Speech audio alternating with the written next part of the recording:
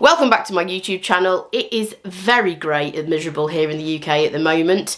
I'm looking a bit more bedraggled than usual, if that's even possible. I've just been on a dog walk, got soaking wet because it's grey, raining and cold. So I'm going to be painting in a super vibrant shade today and hopefully brighten the place up a little bit.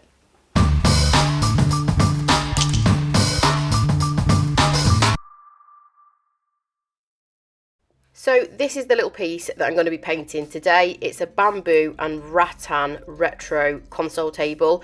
I love a bit of retro bamboo, and I was actually hoping that this was going to be in better condition and that I could just clean it up a little bit and sell it as it is. However, there was some staining on the top which I did try and get out, but it wouldn't shift, so I'm going to paint it.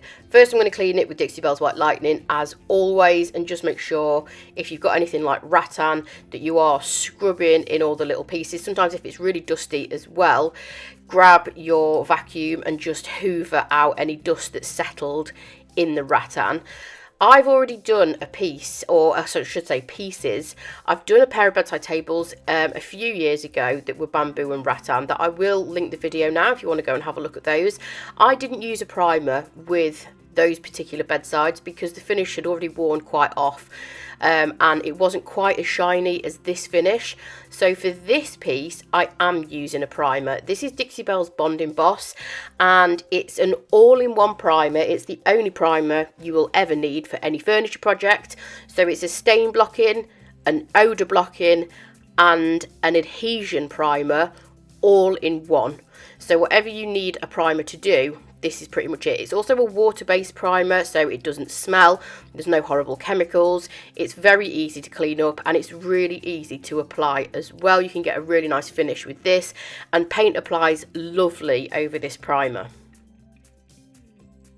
There's no real difference between how you'd paint a bamboo and rattan piece versus a standard type of furniture, other than the fact that you do really need to work the paint or the primer into the rattan, because obviously it's textured. There's lots of kind of grooves and dents and stuff in it because it's not a flat surface.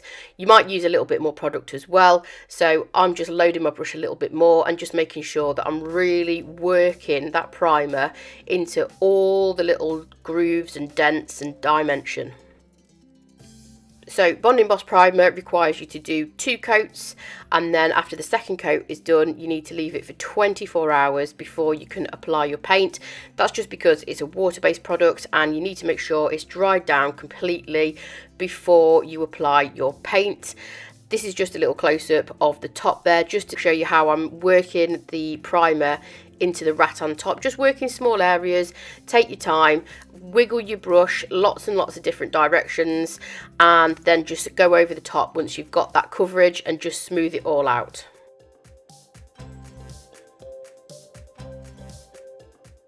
So once the first coat of primer is on, sometimes it's glaringly obvious where there's any imperfections or damage that might need repairing, and I didn't even notice this until I'd put the primer down. So what I'm going to do is just fill any imperfections now after the first coat of primer, sand it smooth once it's dry, and then go in with my second coat of primer, leave that to dry for 24 hours before I go in with my paint.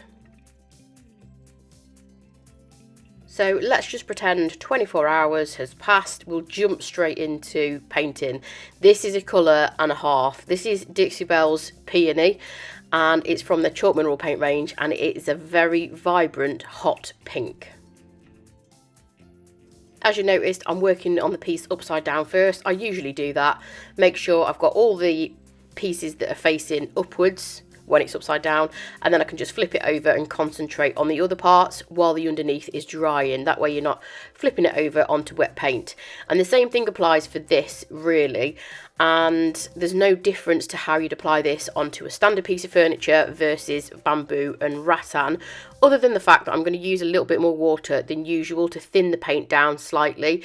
Now Dixie Belle's paint is super pigmented. As you can see, the coverage from even this really hot pink shade is covering really well, and that is because it's super pigmented, but also what helps with coverage is the fact that I've laid down the grey primer as a base, so you'll find that coverage is slightly better with brights if you do use a grey primer underneath.